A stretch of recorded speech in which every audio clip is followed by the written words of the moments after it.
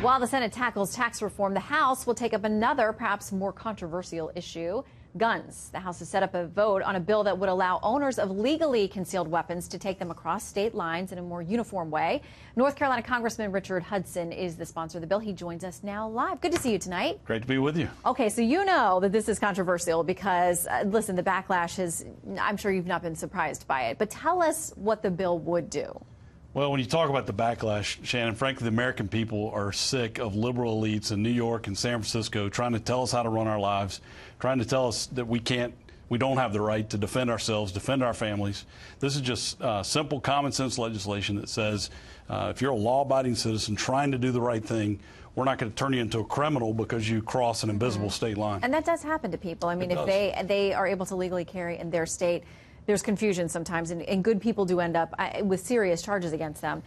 But your critics include the Senate Minority Leader Chuck Schumer. He says this: many states out west and in the South with lax gun laws let just about anyone carry a gun concealed. Under this law, if Wyoming or Alabama said any person could carry a concealed gun, they could come to Times Square, Penn Station, carrying that gun concealed.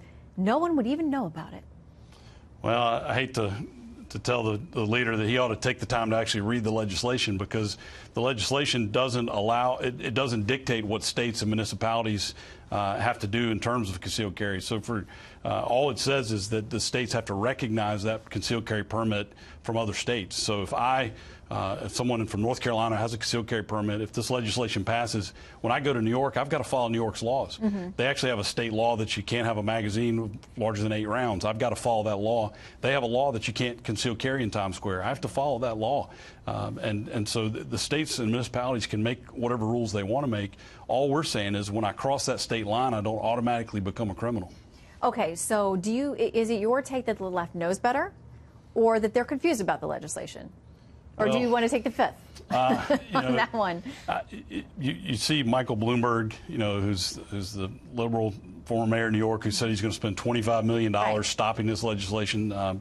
You've got an official in New York who said that ISIS wants us to pass this bill. I mean, just crazy rhetoric comes from these folks, and it just makes you shake your head and wonder, who are these liberal elites, and what kind of world do they live in? Because what we're talking about is law-abiding citizens. There was a study done in Texas and Florida that showed that off-duty police officers commit crimes more often than concealed carry permit holders.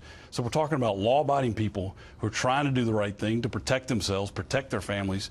We're not talking about criminals. And frankly, to believe their rhetoric, you would have to believe that someone contemplating committing an armed robbery in New York City is not deterred by the crime of armed robbery or the consequences of that, or the potential consequences. They're not concerned about the illegal weapons charge. What's stopping them from doing that robbery is the fact that if they conceal that gun, it's illegal. It doesn't make sense. Do you think that you'll have bipartisan support? Do you have Absolutely. some Democrats that will buy in on the House side? We already have 3 Democrat co-sponsors. There's a number of Democrats I've talked to who are planning to vote for the bill. We will have support. In the Senate, Senator Cornyn has a companion piece of legislation. He's long been a champion of Second Amendment rights. I'm proud to stand with him on this issue.